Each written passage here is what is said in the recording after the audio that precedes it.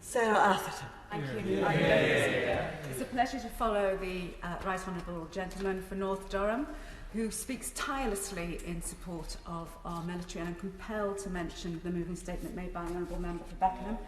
As he knows, I have an enduring connection with his regiment, the 22nd Cheshire Regiment, particularly recall their peacekeeping role in the Balkans. Remembrance Sunday in Wrexham was very different this year, as for many, but we went forth with a COVID-safe service, and I'd like to salute and commend the Royal British Legion, Wrexham Council and Wrexham.com for their can-do attitude in ensuring this poignant event held at the Royal Welsh Fusilier Memorial went ahead and was made accessible to as many people as possible through a live link. And from this Wrexham veteran, I would like to say thank you to them and all the service charities that support Wrexham, including the Veterans Breakfast Club, the Royal Artillery Association, Homes for Veterans Cymru, and the Gresford British Legion, which provides a meeting place where veterans can have a pint, a chat, a game of dominoes, and gain valuable peer support. Madam Deputy Speaker, I was a soldier back in the 80s and 90s when women joined a specific corps within the three services. I was in the Women's Royal Army Corps, and I'm pleased to say the military has moved on at pace. Today, around 13% of our reserve and regular armed forces are women. That's nearly 21,500 women in military uniform.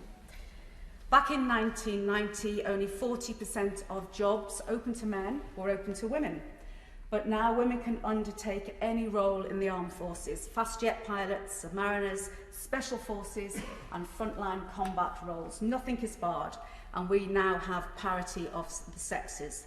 A great milestone has been reached, and it is a success that we see parity and equality of opportunity for women in the military, and our veterans are helped by the introduction of the Covenant, the Rail Card and the Overseas Operations Bill to stop vexatious claims. Madam Deputy Speaker, despite the positive advancements for women in the military and female veterans, there are still issues to address, ranging from obstacles towards career progression to a lack of economic activity when back in Civvy Street.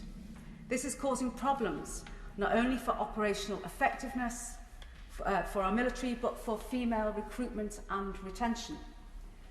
Madam Deputy Speaker, it's an honour to sit on the Defence Select Committee with colleagues from across this House, and we realise the great improvements that have been made for and by women in the armed forces.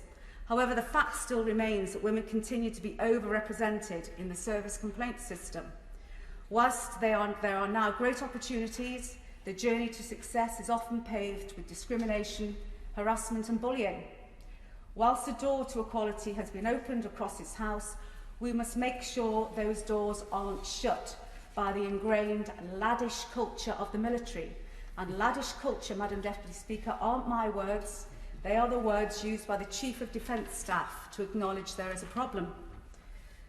As a response, the Defence Select Committee proposed to run a subcommittee, which I hope to chair, looking at the experiences of women in the military, those serving and veterans. This will provide a platform to allow women to talk about their experiences, the positives, so we can champion what a great career the military is, and the negatives, so we can rectify and ensure future generations of women in uniform have total equality in practice as well as theory.